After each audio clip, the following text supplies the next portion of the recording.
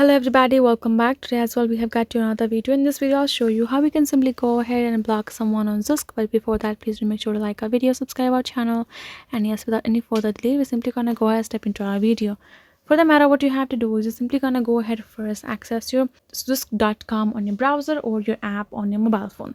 Afterwards, once you're simply going to go ahead get logged in as well, then you're simply going to go ahead tap on the settings icon on top, and you will tap on this option called connection just given below the conversations option. Once you have tapped on it, you will find all of your connections listed over there.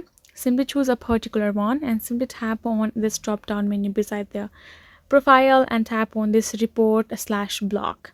Once you have tapped on it, you will find this why are you reporting this person, or what is your intention to block them. If there is a particular reason why you want to block them, so you can simply add that reason, or you can simply enter this option called not interested and tap on this report and block option afterwards. Once you have done so, it will ask you for you to reconfirm it and then confirm that again, and that way you will be able to block that particular person from your Zoosk like that.